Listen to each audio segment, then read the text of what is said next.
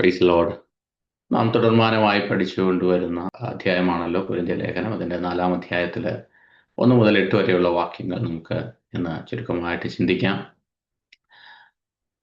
1, 2, 3 അധ്യായങ്ങൾ, അതിൽ ഓരോ അധ്യായത്തിലും ഓരോ തീം ബേസ്ഡ് ആയിട്ട് പൗലോസ് എഴുതിയിരിക്കുന്നു. 1 മുതൽ 6 വരെയുള്ള അധ്യായങ്ങൾ കൊരിന്ത്യ സഭയിലുള്ള ഭിന്നതകൾ, കൊരിന്ത്യ സഭയിലുള്ള പ്രശ്നങ്ങളെ അഡ്രസ്സ് ചെയ്തുകൊണ്ടാണ് പൗലോസ് എഴുതുന്നത്. 7-ാമത്തെ അധ്യായം മുതൽ പൗലോസിൻ്റെതായ പല വിഷയങ്ങളോടുള്ള അഭിപ്രായങ്ങൾ താൻ അവിടെ രേഖപ്പെടുത്തിയിരിക്കുന്നു. അതിൻ്റെ ഒന്നാമത്തെ അധ്യായത്തിൽ നാം കണ്ടത് അവരുടെ വിളിയെ ഓർക്കുക. കൊരിന്ത്യ സഭയിൽ ഒരുപാട് പ്രിയപ്പെട്ടവരും അവരുടെ സിറ്റുവേഷൻസ്, അവരുടെ മെച്യൂരിറ്റി, ഇതിനെക്കുറിച്ചൊക്കെ 1-ാമത്തെ അധ്യായത്തിൽ നമുക്ക് കാണുവാനായിട്ടിടയായി. 1-ാമത്തെ അധ്യായത്തിലെ പ്രാരംഭമായിട്ട് അവരുടെ പ്രശ്നങ്ങളെക്കുറിച്ച് താൻ അഡ്രസ് ചെയ്തിരിക്കുന്നത് നാം കണ്ടു. അതിൽ മെയിനായിട്ട് ഒരു വിഷയമായിരുന്നു സഭയിലുള്ള ഭിന്നത. ആ ഭിന്നതയുടെ പല കാരണങ്ങൾ പൗലോസ് 1-ാമത്തെ അധ്യായത്തിൽ ലേഖനത്തിൽ എഴുതിയിരിക്കുന്നു. അതിൽ ഒരു പ്രധാനപ്പെട്ട ഒരു കാര്യമാണ് വിളിയെ മറന്നുപോയ ഒരു ജനം. 2-ാമത്തെ അധ്യായത്തിൽ എന്താണ് ട്രൂ മെസ്സേജ്? ഒരുപാട് മാനുഷിക ജ്ഞാനത്തിലും മാനുഷിക വിസ്ഡത്തിലും കേൾക്കുന്ന മെസ്സേജ് അല്ല ദ ട്രൂ മെസ്സേജ്. അത് ദൈവത്തിൻ്റെ വിസ്ഡത്തിൽ ദൈവം നമുക്ക് വെളിപ്പെടുത്തി നൽകിയിരിക്കുന്നതാണ് ട്രൂ മെസ്സേജ് എന്ന് 2-ാമത്തെ അധ്യായത്തിൽ ചിന്തിക്കുവാനായിട്ട് ഇടയായി. 3-ാമത്തെ അധ്യായത്തിൽ ലോക്കൽ സഭയുടെ 3 ചിത്രങ്ങളാണ് പൗലോസ് വരച്ച് കാട്ടിയത്. ആദ്യത്തത്, ഒരു ഫാമിലിയിൽ കുഞ്ഞുങ്ങൾ അവർ മെച്യൂരിറ്റിയിലേക്ക് വളരണം. 2, ഒരു വയലാകുന്നു. ആ വയലിൽ നമുക്ക് ഓരോരുത്തർക്കും ഓരോ പാർട്ടുണ്ട്.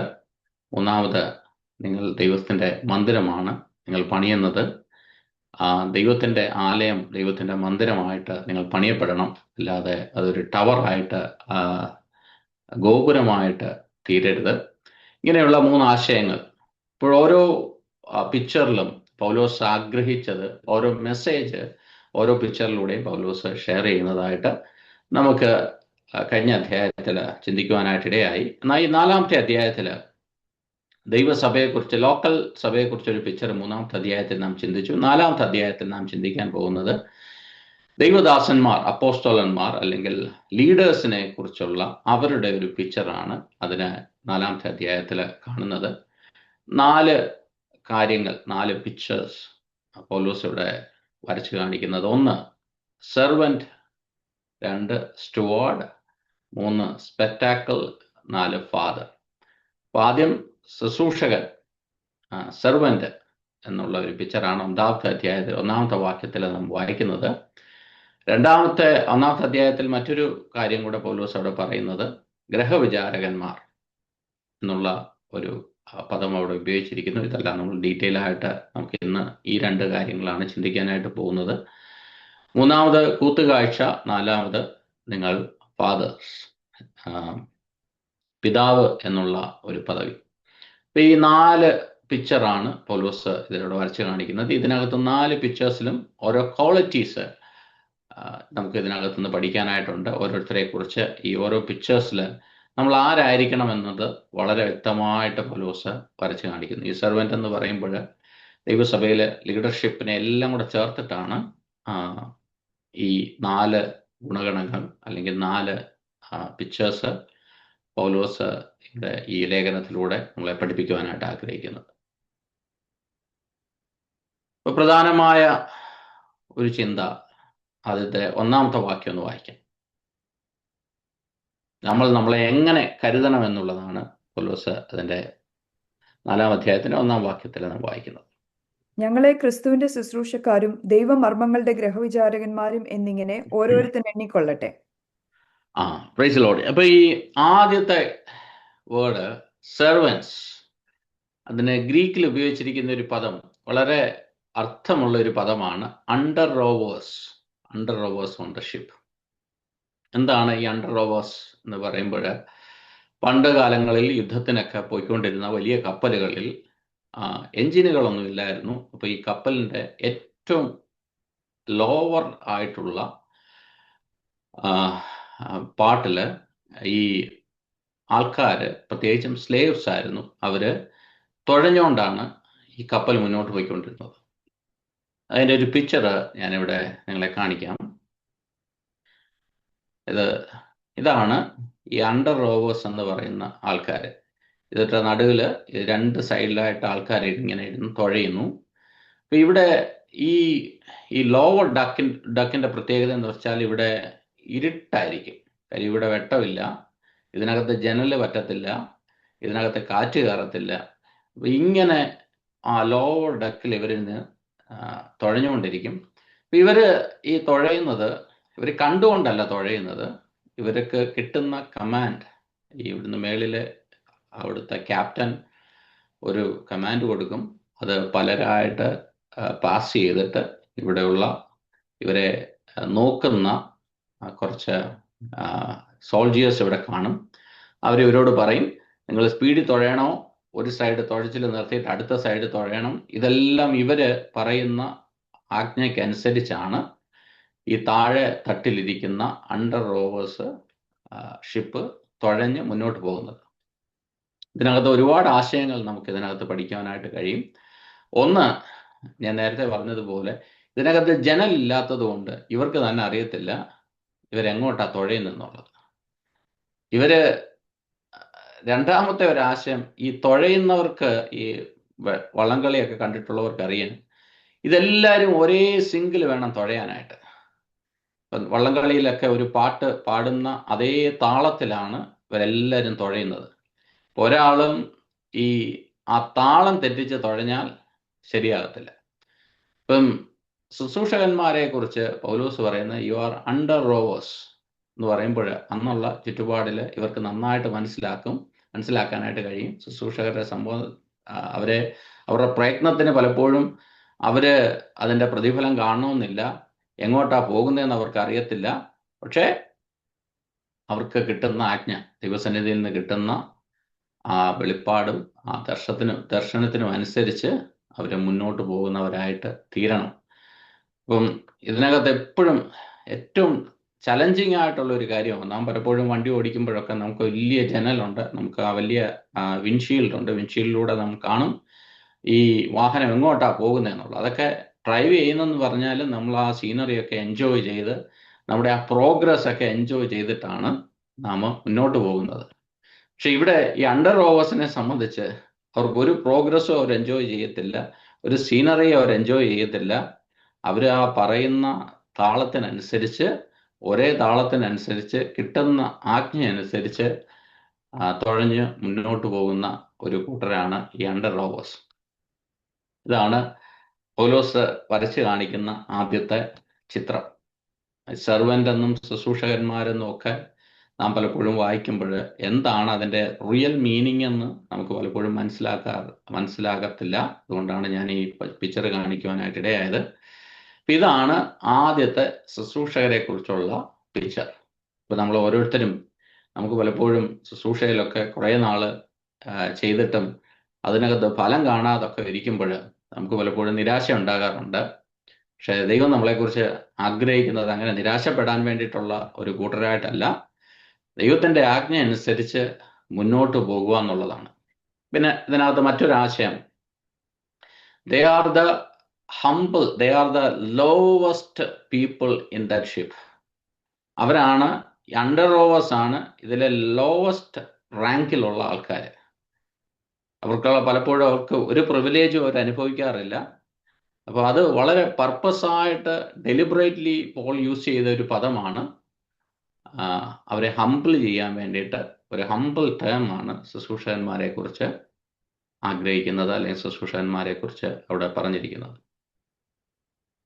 രണ്ടാമത്തെ ഒരു പദം സ്റ്റുവാർഡ്സ് ഓഫ് ദ മിസ്റ്ററീസ്, ഗൃഹവിചാരകന്മാരെ കുറിച്ച് നാം പലപ്പോഴും വായിച്ചിട്ടുണ്ട്. ജോസഫിൻ്റെ പൊത്തീഫറിന്റെ ഭവനത്തിൽ താൻ ഗൃഹവിചാരകനായിരുന്നു. ഗൃഹവിചാരകൻ എന്ന് പറയുമ്പോൾ ഹൗസ് ഹോൾഡ് മാനേജേഴ്സ്, അവർക്ക് എല്ലാത്തിനുമുള്ള റൈറ്റ് ഉണ്ട്. പക്ഷെ അറ്റ് ദ സെയിം ടൈം അതൊന്നും അവരുടേതല്ല. ഈ കാര്യങ്ങളൊക്കെ ഹൗസൊക്കെ മാനേജ് ചെയ്യുന്നത് ഗൃഹവിചാരകന്മാരാണ്. പക്ഷേ അവർക്ക് ഈ പ്രോപ്പർട്ടിയിലൊന്നും അവർക്ക് ഒരു അവകാശവും അധികാരവുമില്ല. അത് മാസ്റ്ററിന്റെ പ്രോപ്പർട്ടിയാണ്. മാസ്റ്റേഴ്സിന്റെ അഫയേഴ്സ് ഒക്കെ ഇവർ ഹാൻഡിൽ ചെയ്യുന്നെന്ന് മാത്രമേ ഉള്ളൂ. അതാണ് രണ്ടാമത് പറഞ്ഞിരിക്കുന്ന ഒരു ചിത്രം. അപ്പൊ ഈ രണ്ട് ചിത്രമാണ് ഇന്ന് നാം ചിന്തിക്കാനായിട്ട് പോകുന്നത്.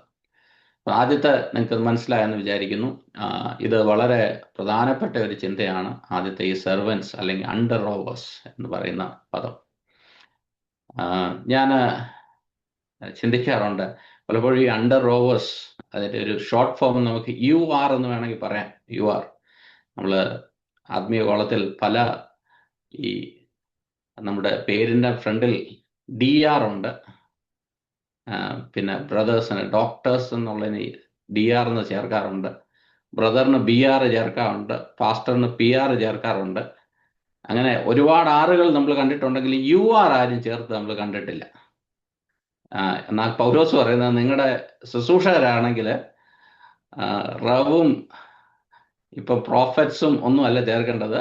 നിങ്ങൾ ചേർക്കേണ്ട ഒരു പദം UR എന്ന് പറഞ്ഞാൽ U R under rowers. You are the lowest ranking people in the ship. Praise the Lord. ആ ഒരു ഹംബിൾ മൈൻഡ് സെറ്റ് ശുശ്രൂഷകർ കൊണ്ടായിരിക്കണം എന്നുള്ളത് പൗലോസ് അവിടെ എടുത്തു കാണിക്കുന്നു. അത് വളരെ ചിന്തിക്കേണ്ട ഒരു കാര്യമാണ്. പ്രത്യേകിച്ചും ഇന്നത്തെ സാഹചര്യത്തിൽ നാം ഓരോരുത്തരും അങ്ങനെ മനസ്സിലാക്കിയാൽ നമ്മൾ പലപ്പോഴും എന്നെ പരിഗണിച്ചില്ല, എനിക്ക് ആവശ്യമായ സ്ഥാനം ലഭിച്ചില്ല, അങ്ങനെയൊക്കെയുള്ള പല പല ചിന്തകൾ നമ്മുടെ മനസ്സിൽ നിന്ന് മാറുവാനായിട്ടിടയാകും. ഇപ്പം സ്റ്റുവാർഡ് എന്നുള്ള രണ്ടാമത്തെ വാക്യം ഒന്ന് വായിക്കാം. ഗൃഹവിചാരകന്മാരിൽ നിന്ന് എന്താണ് അന്വേഷിക്കുന്നത്? ഗൃഹവിചാരകന്മാരിൽ അന്വേഷിക്കുന്നതോ അവർ വിശ്വസ്തരായിരിക്കണമെന്നത്രേ. അപ്പം എന്താണ് ഒരു സ്റ്റുവാർഡ് എന്നുള്ള പദത്തിൽ നിന്ന് ദൈവം ആഗ്രഹിക്കുന്നത്? ഗൃഹവിചാരകന്മാരിൽ നിന്ന് ആഗ്രഹിക്കുന്ന ഒരു പദം, ആഗ്രഹിക്കുന്ന ഒരു കാര്യം, ഒരു ക്വാളിറ്റി ദൈവം ആഗ്രഹിക്കുന്നത് അവര് ഫെയ്ത്ത്ഫുൾ ആയിരിക്കണം, അവര് ട്രസ്റ്റ് വർത്തി ആയിരിക്കണം. അപ്പോൾ ഈ ഫെയ്ത്ത്ഫുൾനെസ്സിനെ കുറിച്ച് നാം ദൈവവചനത്തിൽ വളരെ ആധികാരികമായിട്ട് നമുക്ക് ചിന്തിക്കുവാനായിട്ട് കഴിയും. ഓരോ പ്രിയപ്പെട്ടവരിൽ നിന്നും നമ്മുടെ കഴിവിനേക്കാൾ, നമ്മുടെ നാം ചെയ്യുന്ന പ്രവൃത്തിയേക്കാൾ ഒക്കെ, നമ്മുടെ റാങ്കിങ്ങിനേക്കാൾ, നമ്മുടെ പേരിനേക്കാൾ, നമ്മുടെ പദവിയേക്കാൾ എല്ലാത്തിനും അധികം ദൈവവചന ഇമ്പോർട്ടൻസ് കൊടുക്കുന്ന ഒരു കാര്യമാണ് ഫെയ്ത്ത്ഫുൾനെസ്, വിശ്വസ്തത.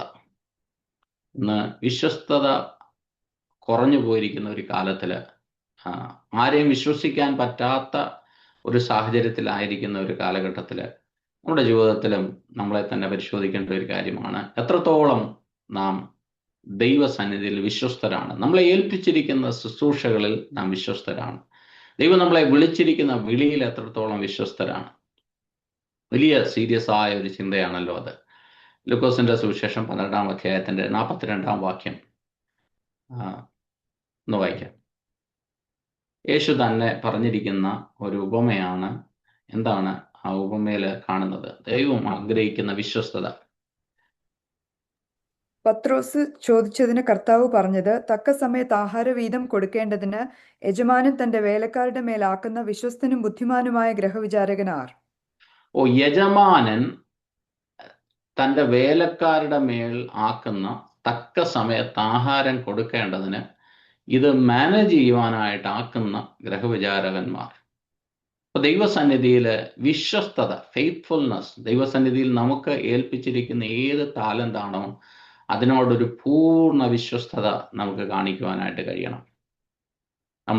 നമ്മളെ ദൈവം ഏൽപ്പിച്ചിരിക്കുന്ന അപ്പോയിൻമെന്റ്, ദൈവ ശുശ്രൂഷയിലാണെങ്കിൽ, ദൈവം നമുക്ക് തന്നിട്ടുള്ള കൃപാവരങ്ങളുടെ കാര്യത്തിലാണെങ്കിൽ എത്രത്തോളം നമ്മളതൊരു വിശ്വസ്തത കാണിക്കുന്നുണ്ട്. നമ്മളെ ഏൽപ്പിച്ചിരിക്കുന്ന ശുശ്രൂഷകൾ, നമ്മളെ ഏൽപ്പിച്ചിരിക്കുന്ന പ്ലാറ്റ്ഫോം, നമുക്ക് കിട്ടുന്ന ഓപ്പർച്യൂണിറ്റീസ് വളരെ ഇമ്പോർട്ടൻ്റ് ആയിട്ടുള്ള ഒരു കാര്യമാണ്. നമുക്ക് കിട്ടുന്ന ഓപ്പർച്യൂണിറ്റീസ് അതൊരിക്കലും ലൈറ്റായിട്ട് കാണേണ്ട ഒരു കാര്യമല്ല. നമുക്ക് ശുശ്രൂഷിക്കാൻ ഒരു ദിവസം അവസരം കിട്ടിയാൽ അത് വളരെ വിശ്വസ്തയോടുകൂടെ സമയമെടുത്ത് അതിനുവേണ്ടി പ്രിപ്പയർ ചെയ്ത് പ്രാർത്ഥിച്ച് ചെയ്യേണ്ട ഒരു കാര്യമാണ് ഓരോ കാര്യങ്ങളും. അത് നമ്മുടെ ശുശ്രൂഷകന്മാരെ കുറിച്ച് ദൈവം ആഗ്രഹിക്കുന്ന വലിയൊരു കാര്യമാണ് വിശ്വസ്തത. പൗലോസ് തൻ്റെ കോളിങ്ങിനെ കുറിച്ച് തീമോത്തിക്ക് ലേഖനം എഴുതുമ്പോൾ താൻ ഇങ്ങനെ എഴുതിക്കുന്നു. First തീമോത്തി chapter 1:12. തൻ്റെ വിളിയിൽ തന്നെ എങ്ങനെയാണ് കർത്താവ് വിളിച്ചതെന്ന് പൗലോസ് അവിടെ കാണുന്നു. വായിക്കാം. എനിക്ക് ശക്തി നൽകിയ ക്രിസ്തുയേശു എന്ന നമ്മുടെ കർത്താവ് എന്നെ വിശ്വസ്തനെന്ന് എണ്ണി ശുശ്രൂഷയ്ക്കാക്കിയതുകൊണ്ട് ഞാൻ അവനെ സ്തുതിക്കുന്നു. എന്നെ വിശ്വസ്തനെന്ന് എണ്ണി ശുശ്രൂഷയ്ക്ക് ആക്കിയിരിക്കുന്നു. അപ്പൊ ദൈവം നമ്മളെ ഓരോ ശുശ്രൂഷയ്ക്ക് ആക്കിയത് നമ്മുടെ വിശ്വസ്തത കണ്ടോണ്ടല്ല, വിശ്വസ്തനെന്ന് നമ്മളെ എണ്ണി ദൈവം നമ്മളെ അങ്ങനെ ഒരു കൺസിഡർ ചെയ്തിട്ടാണ് ദൈവം നമ്മളെ ശുശ്രൂഷയ്ക്ക് ആക്കിയിരിക്കുന്നത്. ഓരോ ശുശ്രൂഷയിലും നാം ദൈവസന്നിധിയിൽ ദൈവത്തിൻ്റെ ആ വിളിയോട് വിശ്വസ്തത കാണിക്കണം. ഇബ്രായ ലേഖനത്തിൽ 3-ാം അധ്യായത്തിൻ്റെ 2-ാം വാക്യത്തിൽ മോശയെക്കുറിച്ചും യേശുവിനെ കുറിച്ചും പറഞ്ഞിരിക്കുന്ന ഒരേ ഒരു കാര്യം, ഒരേ ഒരു പദം അവിടെ നമുക്ക് വായിക്കുന്നത് ഒന്ന് വായിക്കാം. ഇബ്രായ ലേഖനം 3-ാം അധ്യായത്തിൻ്റെ 2-ാം വാക്യം. മോശ ദൈവഭവനത്തിലൊക്കെയും വിശ്വസ്തനായിരുന്നതുപോലെ യേശുവും തന്നെ നിയമിച്ചാക്കിയവന് വിശ്വസ്തനാകുന്നു. യേശു തന്നെ നിയമിച്ച് ആക്കിയവന് വിശ്വസ്തനായിരുന്നു. യേശു തന്നെ നിയമിച്ചാക്കിയവന് വിശ്വസ്തനായിരുന്നു. മോശയെക്കുറിച്ച് പറയുന്നു, ദൈവഭവനത്തിലൊക്കെ മോശ വിശ്വസ്തനായിരുന്നു. ഇപ്പൊ മോശ വിശ്വസ്തനായിരുന്നത് കൊണ്ട് മോശ കോംപ്രമൈസ് ചെയ്തില്ല. മോശ ദൈവസന്നിധിയിൽ കയറിപ്പോയി തൻ്റെ ദൈവത്തിൻ്റെ സന്നിധിയിൽ നിന്ന് കൽപ്പനകളൊക്കെ വാങ്ങിക്കൊണ്ട് വരുമ്പോൾ മോശ ഏൽപ്പിച്ചിട്ട് പോയ ഒരു ശുശ്രൂഷകനാണ് അഹറോൻ. പക്ഷെ അഹറോൻ ജനം പറഞ്ഞു, എന്താ പറഞ്ഞു, നമുക്കൊരു കാളക്കുട്ടിയെ ഉണ്ടാക്കണം. മോശയെ കാണുന്നില്ല, എന്തെങ്കിലുമൊക്കെ നമുക്ക് മുന്നിൽ നിന്ന് നയിക്കാൻ ഒരാളെ വേണം. അതുകൊണ്ട് അവരൊരു കാളക്കുട്ടിയൊക്കെ ഉണ്ടാക്കിയപ്പോൾ അഹറോൻ അനങ്ങിയില്ല. അഹറോൻ വിചാരിച്ചു, എന്തിനാണ് ഈ തലവേദനയ്ക്കൊക്കെ പോകുന്നത്, അവരെന്താണെന്ന് വെച്ചാൽ ചെയ്യട്ടെ എന്ന് വിചാരിച്ചു. പക്ഷെ അത് വലിയ ഒരു കൂട്ട മരണത്തിന് കാരണമായിട്ട് തീരാനായിട്ടിടയായി. അപ്പം മോശയെക്കുറിച്ച് എബ്രായ ലേഖന കർത്താവ് പറയാൻ, മോശ വിശ്വസ്തനായിരുന്നു. വിശ്വസ്തനായതുകൊണ്ട് മോശ കോംപ്രമൈസ് ചെയ്യാതെ ആ മരുഭൂമിയിൽ ആ ജനത്തെ നയിക്കുവാനായിട്ട് ഇടയായി. വേറെ ദൈവഭവനത്തിൽ താൻ വിശ്വസ്തനായിരിക്കുന്നു. നമ്മളെ ഏൽപ്പിച്ചിരിക്കുന്ന ശുശ്രൂഷയിൽ നമ്മുടെ കഴിവല്ല ഇവിടെ പ്രധാനം, നാം എത്ര മാത്രം അതിനകത്ത് എഫർട്ട് ഇട്ട് വിശ്വസ്തയോടുകൂടെ നാം അത് ചെയ്യുന്നു, അതാണ് പ്രധാനം. ഹല്ലേലൂയ. ആ ഒരു പാട്ട് നമ്മുടെ സന്നിധിയിൽ നിന്ന് ചെയ്തു കഴിഞ്ഞാൽ ബാക്കിയൊക്കെ ദൈവമാണ് ചെയ്യുന്നത്.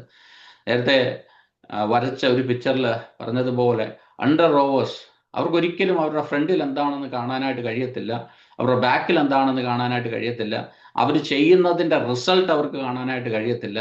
പക്ഷെ അവർ ആ കമാൻഡിനനുസരിച്ച്, അവർക്ക് കിട്ടുന്ന ആജ്ഞ അനുസരിച്ച് അവർ മുന്നോട്ട് പോയിക്കൊണ്ടിരിക്കും, അവർ ചെയ്തുകൊണ്ടിരിക്കും. ചിലപ്പോൾ നിർത്താൻ പറയുമ്പോൾ അവർ നിർത്തും, ചിലപ്പോൾ സ്പീഡിൽ തുഴയാൻ പറയുമ്പോൾ അവർ സ്പീഡിൽ തുഴയും. അവർ ആ ഒരു താളത്തിനനുസരിച്ച്, ആ ഒരു കമാൻഡിനനുസരിച്ച് മുന്നോട്ട് പോയിക്കൊണ്ടിരിക്കും. ഇവിടെ രണ്ടാമത്തെ പിക്ചറിൽ സ്റ്റുവാർഡ് നമ്മളെ ഓരോരുത്തരെയും മാനേജേഴ്സ് ആക്കി വെച്ചിരിക്കുകയാണ്. പിന്നെ അതിൻ്റെ ആ വാക്യത്തിൽ തന്നെ കാണുന്ന എന്തിൻ്റെ മാനേജേഴ്സ് ആക്കി വെച്ചിരിക്കുന്നതെന്ന് ചോദിച്ചാൽ ദൈവ മർമ്മങ്ങളുടെ. എന്താണ് ദൈവമർമ്മം? അത് നാം 2-ാം അധ്യായത്തിൽ നാം ചിന്തിച്ചതാണ്. ഇത് നമ്മുടെ മാനുഷിക വിസ്റ്റത്തിലല്ല ദൈവത്തിൻ്റെ വചനം, സുവിശേഷം നാം എക്സ്പ്ലെയിൻ ചെയ്യേണ്ടത്. ആ ദൈവത്തിൻ്റെ സന്നിധിയിൽ നിന്ന്, ഗോഡ്ലി വിസ്റ്റം, ദൈവം നമുക്ക് തന്നിട്ടുള്ള ആ വിസ്റ്റത്തിൽ നിന്ന് ദൈവവചനം മറ്റുള്ളവരിലേക്ക് ഷെയർ ചെയ്യുമ്പോൾ, ദൈവം വെളിപ്പെടുത്തിയ വെളിപ്പാടുകൾ, മർമ്മങ്ങൾ മറ്റുള്ളവരിലേക്ക് ഷെയർ ചെയ്യുമ്പോൾ ദൈവജനത്തിന്, ദൈവസഭയ്ക്ക് ഒക്കെ അനുഗ്രഹമായിട്ട് മാറുവാനായിട്ടിടയാകും. അതാണ് ദൈവവചനത്തിനോട് നാം വിശ്വസ്തത കാണിക്കണം. മറ്റുള്ളവരെ നാം പീപ്പിൾ പ്ലേസിംഗ് ആയിട്ട് മാറാതെ വണ്ണം നാം ശുശ്രൂഷിക്കുന്ന ശുശ്രൂഷയോട്, നമ്മുടെ പ്രസംഗത്തിനോടൊക്കെ നാം വിശ്വസ്തത കാണിക്കുവാനായിട്ട് ഇടയാകണം. പലപ്പോഴും ഇന്ന് പറ്റുന്ന ഏറ്റവും വലിയൊരു പ്രശ്നം, ദൈവത്തോട് വിശ്വസ്തത കാണിക്കാതെ ആൾക്കാരെ പ്ലേസ് ചെയ്യുവാനായിട്ട് ശ്രമിക്കുമ്പോൾ ദൈവവചനങ്ങൾ വളച്ച് ഒടിക്കപ്പെടുന്നു. ദൈവവചനങ്ങൾ പീപ്പിൾ പ്ലേസിങ്ങും കയ്യടിയുടെയും വചനങ്ങളായിട്ട് മാത്രമായിട്ട് മാറുന്നു. യഥാർത്ഥമായ സത്യവചനം പലപ്പോഴും പ്രസംഗിക്കുവാൻ ആൾക്കാർ വളരെ കുറഞ്ഞുകൊണ്ടിരിക്കുന്ന ഒരു കാലഘട്ടത്തിലാണ് നാം ആയിരിക്കുന്നത്. ഇവിടെ പറയുന്നു, നിങ്ങളെ ദൈവം വിളിച്ചത് പീപ്പിൾ പ്ലേസിംഗ് ആയിട്ടല്ല, സത്യവചനം അതുപോലെ ദൈവം ഏത് ശുശ്രൂഷകൾ ഏൽപ്പിച്ചിട്ടുണ്ടോ അത് അതുപോലെ ചെയ്യുവാൻ വേണ്ടിയിട്ടാണ്. എല്ലാം ആ ക്രൂശിന്റെ ഫൗണ്ടേഷനിൽ നിന്ന് വേണം കാര്യങ്ങൾ ചെയ്യുവാനായിട്ട് എന്നുള്ള കാര്യവും നാം ഓർക്കണം. എന്തൊക്കെയാണ് faithfulness means? Accurately handle and proclaim the God's word. അത് കോംപ്രമൈസ് ചെയ്യാതെ, മായം ചേർക്കാതെ ദൈവവചനം ആക്യുറേറ്റ് ആയിട്ട് ഹാൻഡിൽ ചെയ്യുവാനായിട്ട് കഴിയണമെന്നുള്ളത് ദൈവം ആഗ്രഹിക്കുന്നു. അതെങ്ങനെ സാധിക്കുമെന്ന് ചോദിച്ചാൽ, ദൈവസന്നിധിയിൽ ഇരുന്ന് ദൈവത്തിൽ നിന്ന് ആലോചനകൾ പ്രാപിച്ച് അതിൻ്റെ ക്ലാരിറ്റി നമുക്ക് കിട്ടി ദൈവസന്നിധിയിൽ ദൈവനാമത്തിന് മഹത്വത്തിനായിട്ട് നാം അത് ചെയ്യുവാനായിട്ട് ഇടയാകണം. രണ്ടാമത്തെ ഒരു പോയിന്റ് ഇവിടെ പറഞ്ഞിരിക്കുന്നത്, not compromising the message for popularity. പലപ്പോഴും ഇന്ന് പോപ്പുലാരിറ്റി അല്ലെങ്കിൽ പോപ്പുലറായിട്ട് ഫാസ്റ്റ് ഗ്രോയിങ് ചർച്ചസ് എന്നൊക്കെ നമ്മൾ പറയുന്ന പല ചർച്ചസിലും പറ്റുന്ന ഒരു കാര്യം കോംപ്രമൈസിങ് മെസ്സേജസ് ആയി മാറുന്നു. അനുഗ്രഹം ആർക്കാണ് ഇഷ്ടമല്ലാത്തത്? ബ്ലെസ്സിങ് ആർക്കാണ് ഇഷ്ടമല്ലാത്തത്? അത് ഇല്ല എന്നല്ല ഞാൻ പറയുന്നത്, പക്ഷെ അതിനേക്കാൾ ഉപരിയായിട്ട് ദൈവവചനം അതിൻ്റെ കോംപ്രമൈസ് ചെയ്യാതെ അത് പഠിപ്പിക്കണം. അങ്ങനെ യേശുവിൻ്റെ ശുശ്രൂഷയിൽ നാം കാണുന്നു, 5000 പേരുള്ള ഒരു മീറ്റിങ്ങിൽ യേശുവിൻ്റെ ആ ശുശ്രൂഷയിൽ താൻ ദൈവവചനത്തിൻ്റെ ആഴങ്ങളിൽ ഇറങ്ങിയപ്പോൾ എല്ലാവർക്കും അത്ഭുതങ്ങൾ കണ്ട് ദൈവത്തെ പിന്തുടരുന്ന വലിയൊരു കൂട്ടമുണ്ട്. അത് വളരെ സത്യമായ ഒരു കാര്യമാണ്. എന്നാൽ നിങ്ങൾ ഈ അപ്പം തിന്നുന്നത് കൊണ്ടാണ് നിങ്ങൾ എന്നെ ഫോളോ ചെയ്യുന്നത്, യഥാർത്ഥ വചനം എന്നെ തിന്നുന്നവൻ എന്മൂലം ജീവിക്കുമെന്നുള്ള ആ വളരെ സോളിഡായിട്ടുള്ള ഹാർഡായിട്ടുള്ള മെസ്സേജസ് കേട്ടപ്പോൾ പലരും അവനെ വിട്ടുപോയി എന്ന് തിരുവചനത്തിൽ നാം കാണുന്നു. അത് ദൈവനാമത്തിന് വേണ്ടിയിട്ട് നിൽക്കുന്ന നമ്മൾ ഓരോരുത്തരും ആ ഒരു കാര്യത്തിൽ വളരെ ക്ലിയർ ആയിരിക്കണം.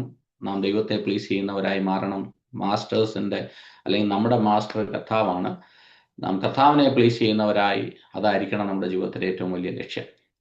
റിലയബിൾ ആയിരിക്കണം, ട്രസ്റ്റ് വർത്തി ആയിരിക്കണം. ദൈവം നമ്മളെ ഏൽപ്പിച്ചിരിക്കുന്ന ശുശ്രൂഷകൾ അത് ഏതായിക്കോട്ടെ, ഒരുപക്ഷെ പായിടുന്ന ശുശ്രൂഷയാണെങ്കിലും അല്ലെങ്കിൽ അവിടെ ചർച്ച വൃത്തിയാക്കുന്ന ശുശ്രൂഷയാണെങ്കിലും, ദൈവവചനത്തിൽ നിന്ന് ശുശ്രൂഷിക്കുന്നതാണെങ്കിലും, പാട്ടുപാടുന്നതിൻ്റെ ശുശ്രൂഷയാണെങ്കിലും, മറ്റുള്ളവരെ സഹായിക്കുന്നതിൻ്റെ ശുശ്രൂഷ ആണെങ്കിലും, ഒരാൾക്ക് ഒരു ലിഫ്റ്റ് കൊടുക്കുന്ന അല്ലെങ്കിൽ ഒരാൾക്ക് ട്രാൻസ്പോർട്ടേഷൻ അറേഞ്ച് ചെയ്യുന്ന ശുശ്രൂഷയാണെങ്കിലും, ഏത് തരത്തിലുള്ള ശുശ്രൂഷയാണെങ്കിലും, അല്ലെങ്കിൽ ചർച്ചിൻ്റെ അഡ്മിനിസ്ട്രേറ്റീവ് കാര്യങ്ങളെ ഹാൻഡിൽ ചെയ്യുന്ന കാര്യത്തിലാണെങ്കിലും, ഒറ്റ കാര്യം ദൈവം നമ്മളിൽ നിന്ന് ആഗ്രഹിക്കുന്നത്, നമ്മൾ എൻട്രസ്റ്റ് ചെയ്തിരിക്കുന്ന ശുശ്രൂഷകളോട് നാം ട്രസ്റ്റ് വർത്തി ആയിരിക്കണം. ആരെയും പ്ലീസ് ചെയ്യാനോ ആരെയും കാണിക്കാൻ വേണ്ടിയിട്ടല്ല നാം ചെയ്യുന്നത്. ഒരു ഫുൾ ഹാർട്ടായിട്ട് നമ്മുടെ പൂർണ്ണ മനസ്സോടുകൂടെ ആ ശുശ്രൂഷകൾ ചെയ്യുവാൻ ദൈവം നമ്മളെ സഹായിക്കട്ടെ. അത് ദൈവം നമ്മളിൽ നിന്ന് ആഗ്രഹിക്കുന്ന, എക്സ്പെക്റ്റ് ചെയ്യുന്ന ഒരു ക്വാളിറ്റിയാണ്. എല്ലാത്തിനും ഉപരിയായിട്ട് നാം ശുശ്രൂഷിക്കുന്നത്, നാം സെർവ് ചെയ്യുന്നത് നമ്മുടെ മാസ്റ്റർ ജീസസ്, നമ്മുടെ കർത്താവിനെയാണ് നാം സെർവ് ചെയ്യുന്നതെന്നുള്ള ഒരു ബോധ്യം നാം എപ്പോഴും മറന്നു പോകരുത്. ഈ പൊളിറ്റിക്കൽ ലീഡേഴ്സൊക്കെ അവരെ വോട്ട് ചെയ്ത് ജയിപ്പിച്ചവരെയാണ് അവർ സെർവ് ചെയ്യുന്നത്. അപ്പോൾ അവരുടെ വെൽഫെയറിന് വേണ്ടിയിട്ടും അവരുടെ ബെനിഫിറ്റിന് വേണ്ടിയിട്ടുമാണ് ഈ പൊളിറ്റിക്കൽ ലീഡേഴ്സ് എല്ലാം സംസാരിക്കുന്നത്. പക്ഷേ ദൈവിക ശുശ്രൂഷയിലായിരിക്കുന്ന നമ്മളെക്കുറിച്ച് ആഗ്രഹിക്കുന്നത്, നമ്മളെ എലക്ട് ചെയ്തത് ഈ ചർച്ചിലുള്ള മെമ്പേഴ്സ് അല്ല, നമ്മളെ എലക്ട് ചെയ്തത്, നമ്മളെ ശുശ്രൂഷയിലാക്കിയിരിക്കുന്നത് കർത്താവാണ്. കർത്താവിൻ്റെ സന്നിധിയിൽ വിശ്വസ്തരായിരിക്കണം. Praise the Lord. ആ പോയിന്റ് നിങ്ങൾക്ക് മനസ്സിലായെന്ന് ഞാൻ വിശ്വസിക്കുന്നു. അടുത്ത വാക്യത്തിലേക്ക് വായിക്കാം.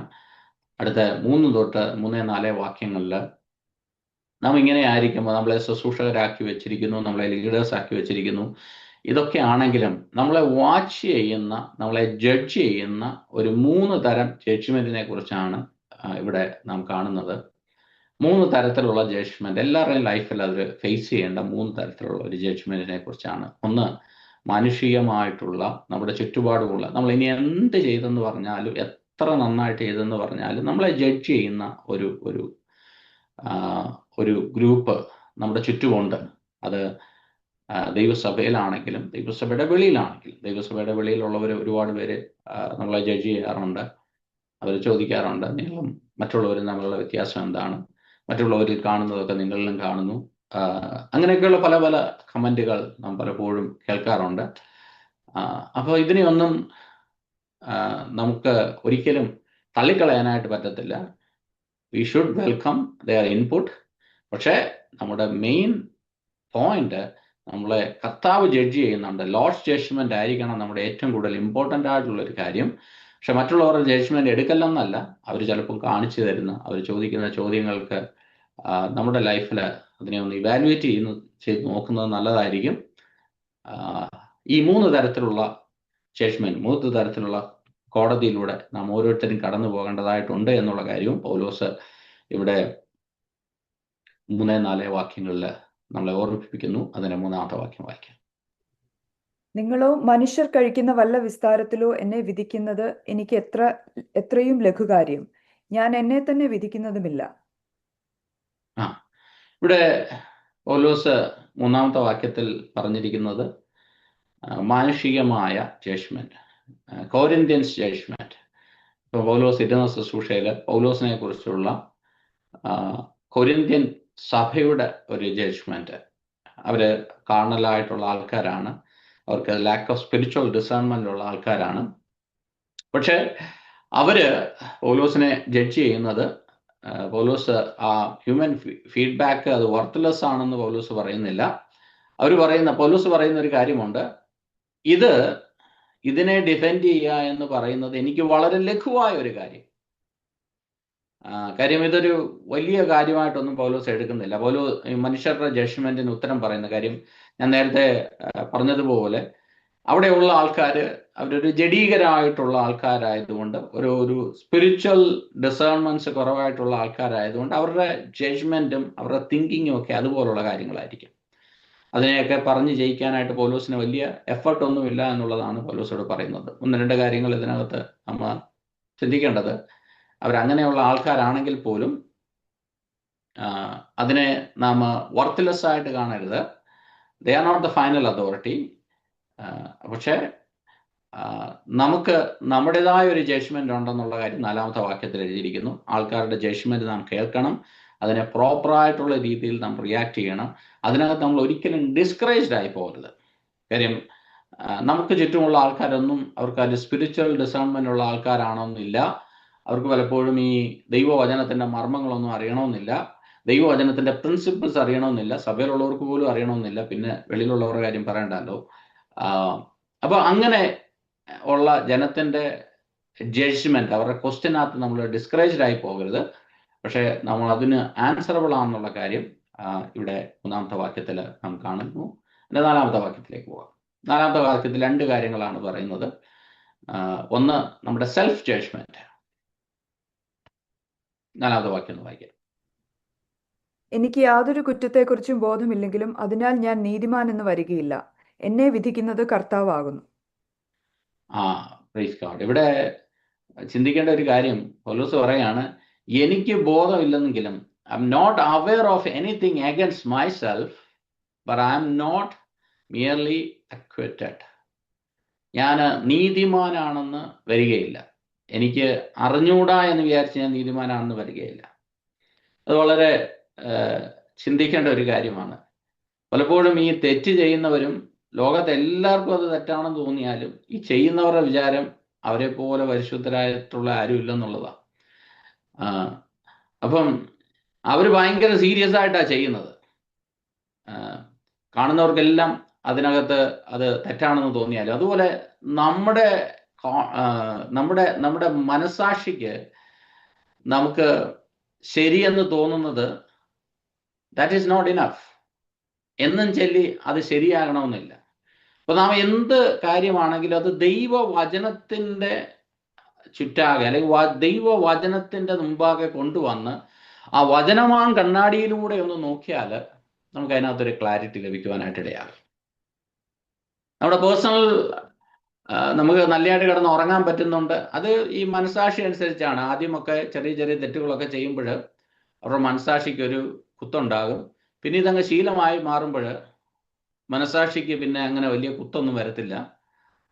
ഞാൻ പലപ്പോഴും പറഞ്ഞിട്ടുള്ള ഒരു ഉദാഹരണമാണ് ഈ ദാദർ ചന്തയിലെ പച്ചക്കറി തൂക്കുന്ന കാര്യം. ചിലരുടെ മനസാക്ഷിയൊക്കെ അങ്ങനെയാണ്. ഈ ഞാൻ ബോംബെയിൽ ജോലി ചെയ്യുന്ന സമയത്ത് ദാദറിൽ ഇങ്ങനെ ടൺ കണക്കിന് വെജിറ്റബിൾസ് ഒക്കെ കൊണ്ടുവന്ന് ഭയങ്കര വലിയ ത്രാസിലൊക്കെ ആയിട്ട് ഇങ്ങനെ തൂക്കാറുണ്ട്. അപ്പം അതിനകത്ത് ഒരു 10-30 കിലോ ഒക്കെ അങ്ങോട്ടോ ഇങ്ങോട്ടോ ഒക്കെ ആയാലും they don't care. കാര്യം അത്രയ്ക്ക് ഈ 150 കിലോയും 200 കിലോയും ഒക്കെ തൂക്കുന്നതിൻ്റെ ഇടയ്ക്ക് ഒരു 10 കിലോ അങ്ങോട്ടോ ഇങ്ങോട്ടൊക്കെ പോയി കഴിഞ്ഞാൽ അതൊന്നും കറക്റ്റ് ചെയ്ത് തൂക്കാനൊന്നും നിൽക്കത്തില്ല. അവർ അടുത്തോട്ടങ്ങോട്ട് എടുത്തങ്ങോട്ട് ഇടുക എന്നുള്ളതാണ്. ഇപ്പൊ ചിലരുടെ കേസിനകത്ത് അങ്ങനെയാ, മനസാക്ഷി അതുപോലെയാ. ഈ ചെറിയ തെറ്റുകളൊന്നും അവർക്ക് അങ്ങനെ തെറ്റാന്നേ തോന്നാറില്ല. ഈ ചില കാര്യങ്ങളൊക്കെ, വലിയ വലിയ കാര്യങ്ങളൊക്കെ ആണെങ്കിൽ അവരുടെ മനസാക്ഷിയിൽ ഇച്ചിരിയെങ്കിലും അത് കറക്റ്റ് ചെയ്യണമെന്നൊരു ചിന്ത പോലും വരത്തുള്ളൂ. പക്ഷെ അതുപോലെ അല്ലല്ലോ സ്വർണം തൂക്കുന്നത്. സ്വർണം തൂക്കുമ്പോൾ ഓരോ ഗ്രാമിലും നമ്മൾ പിടിക്കും, അങ്ങോട്ടാണെങ്കിലും ഇങ്ങോട്ടാണെങ്കിലും പിടിക്കും.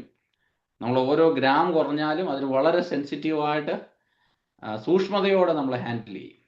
അപ്പം മനസാക്ഷിയെ വെച്ചിട്ട് നമുക്ക് പറയാൻ പറ്റത്തില്ല, നമുക്ക് സുഖമായിട്ട് കിടന്ന് ഉറങ്ങാൻ പറ്റുന്നുണ്ടെന്ന് ചൊല്ലി നമ്മൾ ചെയ്യുന്നതെല്ലാം തെറ്റാണെന്നോ ശരിയാണെന്നോ പറയാൻ പറ്റത്തില്ല. അതുകൊണ്ടാണ് പൗലോസ് പറയുന്നത്, എനിക്ക് മലയാളത്തിൽ പറഞ്ഞാൽ എനിക്ക് ബോധമില്ലെന്ന് ചൊല്ലി ഞാൻ ചെയ്യുന്നതെല്ലാം ശരിയാണെന്ന് വരികയില്ല. അപ്പം നമ്മുടെ ഹൃദയം നമ്മളെ മിസ്ലീഡ് ചെയ്യാൻ സാധ്യതയുണ്ട്. നമ്മുടെ heart can deceive or mislead us. അത് നമ്മുടെ ബ്ലൈൻഡ് സ്പോട്ട്. നമുക്ക് ചില കാര്യങ്ങൾ നമുക്ക് ഈ കാറിനകത്തൊക്കെ ബ്ലൈൻഡ് സ്പോട്ട് എന്ന് പറയുന്നത് പോലെ നമ്മുടെ സെൽഫ് അവെയർനെസ് ചിലരുടെ ജീവിതത്തിൽ അത് വളരെ കുറവാണ്. അവരാരാണെന്നും എന്താണെന്നും അവരുടെ വീക്ക്നെസ് എന്താണെന്നും ഒരുപക്ഷെ മറ്റുള്ളവരെ അവരോട് തുറന്നു പറയണമെന്നില്ല, അത് അവർക്ക് മനസ്സിലാകത്തില്ല. അപ്പോൾ അവരുടെ മനസ്സിനകത്ത് ചിന്തിക്കുന്ന അവർ ചെയ്യുന്നതെല്ലാം ശരിയാണ്, പറയുന്നതെല്ലാം ശരിയാണ്, ഒരുപാട് പേരെ അവരെ അക്സെപ്റ്റ് ചെയ്യുന്നു, ഇതൊക്കെയാണ് അവരുടെ ചിന്ത. അതാണ് പൗലോസോട് പറയുന്നത്, എൻ്റെ മനസ്സാക്ഷി എന്നെ കുറ്റം വിധിക്കുന്നില്ല എന്നും ചൊല്ലി ഞാൻ ചെയ്യുന്നതെല്ലാം ശരിയാകണമെന്നില്ല. യാതൊരു കുറ്റത്തെക്കുറിച്ചും എനിക്ക് ബോധമില്ലെങ്കിലും അതിനാൽ ഞാൻ നീതിമാൻ എന്ന് വരികയില്ല. അല്ലെങ്കിൽ ബോധമില്ലാത്തത് നീതിയല്ല എന്നുള്ളതാണ് പൗലോസോട് പറയുന്നത്. എന്നെ വിധിക്കുന്നത് കർത്താവാകുന്നു. രണ്ടാമത്തെ കോട്ടെന്ന് പറഞ്ഞാൽ നമ്മുടെ സെൽഫ് ജഡ്ജ്മെന്റ് കോട്ടാണ്. നമ്മുടെ സെൽഫ് നമ്മളെ വിധിക്കുന്നില്ലെന്ന് ചൊല്ലിയും നാം നീതിമാനാണെന്ന് വരത്തില്ല. മൂന്നാമത് പറയുന്നു, എന്നെ വിധിക്കുന്നത് കർത്താവാകുന്നു. അപ്പൊ കർത്താവിന്റെ കോടതിയിലാണ് നാം എല്ലാവരും നിൽക്കുന്നത്. അപ്പൊ കർത്താവിന്റെ കോടതിയിൽ നമ്മളെ വിധിക്കുന്ന എന്തോ ബേസിലാണ്? നമുക്ക് തന്നിട്ടുള്ള തിരുവചനത്തിന്റെ ബേസിലാണ്. ഇതിനകത്ത് ഞാനൊരു കാര്യം കൂടെ, എനിക്ക് തിരുവചനത്തെ കുറിച്ചൊരു ബോധം ഇല്ലെന്ന് ചൊല്ലി എന്നും ഞാൻ നീതിമാനാന്ന് വരത്തില്ല. ഞാൻ പറഞ്ഞ ആ ഒരു പോയിന്റ് മനസ്സിലായല്ലോ.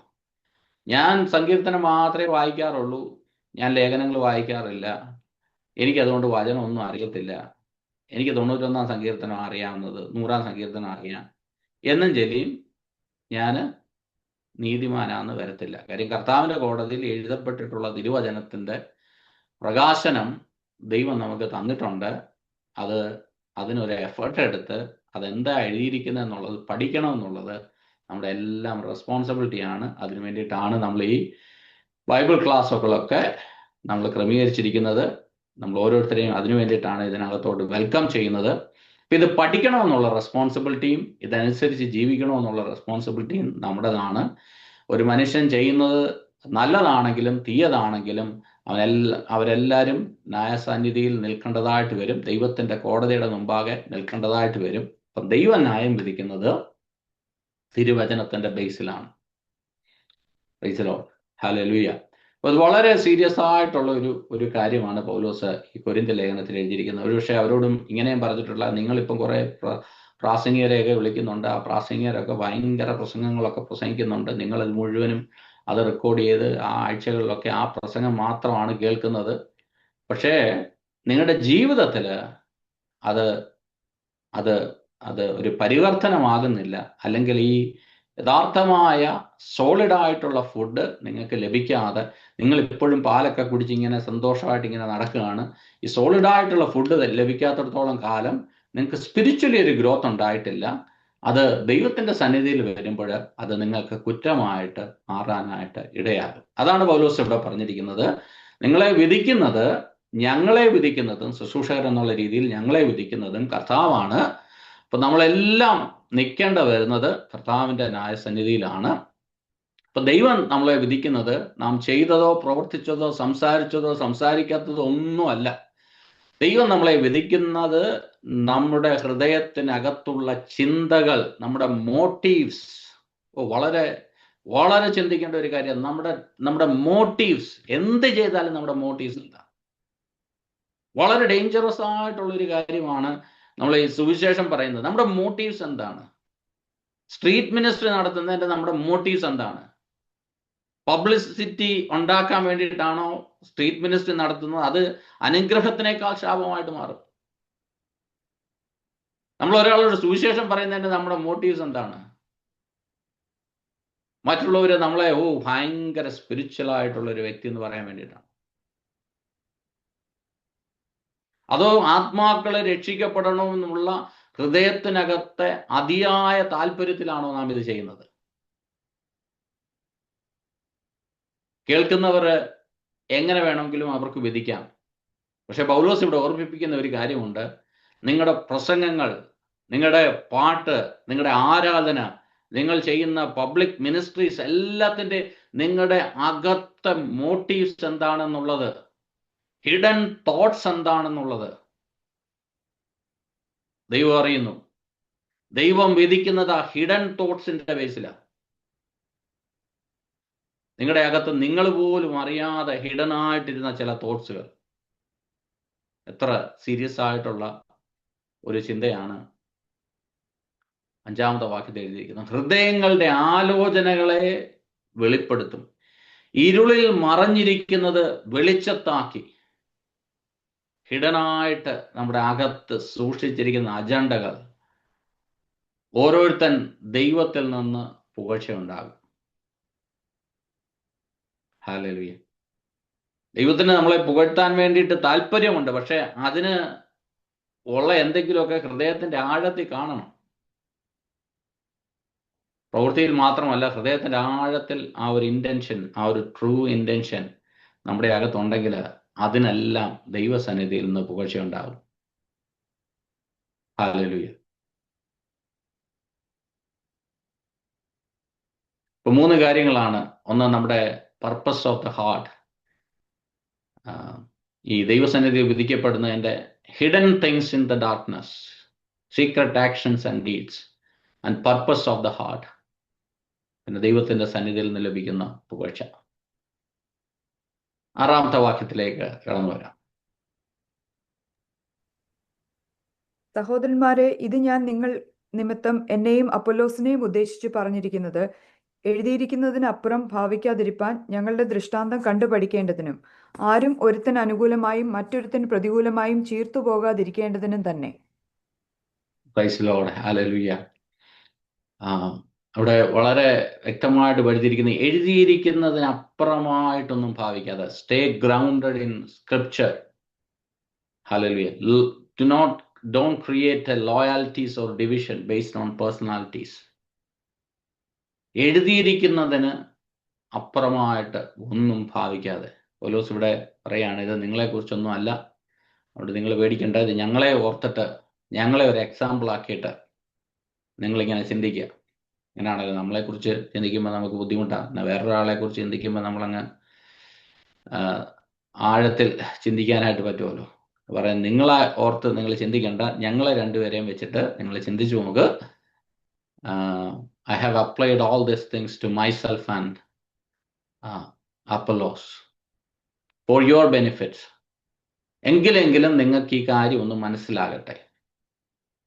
അതിനകത്ത് നമുക്ക് ഈ നേരത്തെ പറഞ്ഞ കാര്യങ്ങൾ ഇവിടെ 2-3 ചിന്തകൾ ഇവിടെ പറയുന്നു. ഒന്ന്, അവരോട് പറയുന്നത്, നിങ്ങൾ ഇത് ഇങ്ങനെ ചിന്തിച്ചിട്ട് നിങ്ങൾ പഫ്ഡ് അപ്പ് ആയി പോകരുത്. നിങ്ങൾ മറ്റുള്ളവരെ എഗൻസ്റ്റ് ആയിട്ട് ഈ കാര്യങ്ങളൊക്കെ കേട്ട് നിങ്ങൾ പഫ്ഡ് അപ്പ് ആയിട്ട്, നിങ്ങൾ പ്രൈഡ് നിങ്ങളുടെ അകത്തുണ്ടായി നിങ്ങൾ അങ്ങനെ ആയിത്തീരരുത്. ഇവിടെ 2-3 കാര്യങ്ങൾ പറയുന്നത്, boasting about the human leaders, creating divisions and factions. Hallelujah. ഒരാളെ മറ്റൊരാളുമായിട്ട് കമ്പയർ ചെയ്ത് ഒരാളെ ഉയർത്തി കാണിക്കുക. Elevating on teachers above other. Biblical ടീച്ചിങ്സിനൊക്കെ അപ്പുറമായിട്ട് ഹ്യൂമൻ ഫിലോസഫിയിലും ആ കാര്യങ്ങളിലൊക്കെ ചിന്തിക്കുക. അപ്പോൾ ഈ കൊരിന്ത്യ ലേഖനത്തിലെ കൊരിന്ത്യ സഭയുടെ ഏറ്റവും വലിയൊരു പ്രശ്നം, അവര് ഈ സ്ക്രിപ്ചറൊക്കെ അങ്ങ് വിട്ടുപോയി. ഇന്ന് നമ്മുടെ ദൈവസഭയുടെ ഏറ്റവും വലിയൊരു വിഷയമാണ്, നമ്മളിപ്പോൾ മെസ്സേജ് ഓറിയന്റഡ് ആണ്. യൂട്യൂബ് മെസ്സേജസ് സ്ക്രിപ്ചർ ഓറിയന്റഡ് അല്ല. സ്ക്രിപ്ചർ ഓറിയന്റഡ് അല്ലാത്തതിൻ്റെ ഏറ്റവും വലിയ പ്രോബ്ലം എന്ന് പറഞ്ഞാൽ, സ്ക്രിപ്ചർ അത് ഈ പറയുന്ന കാര്യങ്ങളെല്ലാം സ്ക്രിപ്ചറിൽ വരും. യൂട്യൂബിനകത്ത് മെസ്സേജിനകത്ത് വരുന്നത് അതിന് വളരെ കീ ആയിട്ടുള്ളത്, അല്ലെങ്കിൽ അതെല്ലാം ഓരോരോ തീം ബേസ്ഡ് ആയിട്ടുള്ളതായിരിക്കും. നമ്മൾ സംസാരിക്കേണ്ടത് ബേസ് ആയിട്ടിരിക്കും. ഞാൻ മെസ്സേജ് കേൾക്കേണ്ടെന്നല്ല, മെസ്സേജ് കേൾക്കുന്നത് നല്ലതായിരിക്കും. പക്ഷെ അതിനകത്ത് ഒരു ഒരു ഒരു പോയിന്റിന് അല്ലെങ്കിൽ അത് ആ ഒരു വിഷയത്തെ ഓർത്തിട്ടായിരിക്കും മെസ്സേജ് വരുന്നത്. പക്ഷെ വേദപുസ്തകം, അത് സ്ക്രിപ്ചർ, അത് ഓരോ ഓരോ ഓരോ വാക്യത്തിനും അതിൻ്റെതായ ഇമ്പോർട്ടൻസ് ഉണ്ട്. എനിക്കറിയാം ഈ ബൈബിൾ സ്റ്റഡി ഒന്നും അത്ര താല്പര്യമുള്ള ഒരു കാര്യമല്ല. കാര്യം ഈ ബൈബിൾ സ്റ്റഡി ഇങ്ങനെയൊക്കെയുള്ള കാര്യങ്ങളല്ലേ എഴുതിയിരിക്കുന്നത്. നമ്മൾ അഹങ്കരിക്കരുത്, അഹങ്കരിച്ച ഇന്ന കാര്യങ്ങളുണ്ടാകും. ഇതൊന്നും നമ്മുടെ എന്താ പറയുക, നമ്മളെ അങ്ങോട്ട് ബോസ്റ്റ് ചെയ്യുന്ന കാര്യങ്ങളോ നമ്മുടെ എൻകറേജ് ചെയ്യുന്ന കാര്യങ്ങളോ ഒന്നും അല്ലല്ലോ. ഇത് പക്ഷേ നമ്മുടെ ഹൃദയത്തിനകത്ത് രൂപാന്തരം ഉണ്ടാക്കുന്ന കാര്യങ്ങളും നമ്മുടെ ഹൃദയത്തിനകത്ത് മാറ്റങ്ങൾ കൊണ്ടുവരുന്ന കാര്യങ്ങളുമൊക്കെയാണ് ദൈവവചനത്തിലെ ബൈബിൾ സ്റ്റഡിയിലൂടെ ദൈവം നമ്മളെ ഓർമ്മിപ്പിക്കാനായിട്ട് ആഗ്രഹിക്കുന്നത്. സോറി, വളരെ സമയം അധികം അതിക്രമിച്ചു പോയതുകൊണ്ട് ഞാൻ വളരെ പെട്ടെന്ന് കൺക്ലൂഡ് ചെയ്യാനായിട്ട് ആഗ്രഹിക്കുന്നു.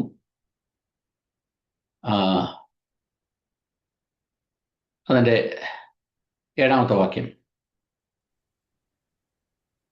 നിന്നെ വിശേഷിപ്പിക്കുന്നത് ആര്? ലഭിച്ചതല്ലാതെ നിനക്കെന്തുള്ളൂ? ലഭിച്ചതെങ്കിലോ ലഭിച്ചതല്ല എന്ന പോലെ പ്രശംസിക്കുന്നതെന്ത്? ഇത്ര ക്ഷണത്തിൽ നിങ്ങൾ തൃപ്തന്മാരായി, ഇത്ര ക്ഷണത്തിൽ നിങ്ങൾ സമ്പന്നന്മാരായി. Praise Lord. ഇത്ര ക്ഷണത്തിൽ നിങ്ങൾ സമ്പന്നരന്മാരായി. 7-ാമത്തെ വാക്യത്തിൽ ഇങ്ങനെ എഴുതിയിരിക്കുന്നു. നിങ്ങൾക്ക് 3 ക്വസ്റ്റ്യൻസ് ആണ് പൗലോസ് അവിടെ ചോദിക്കുന്നത്. Who sees anything different in you? What makes you superior?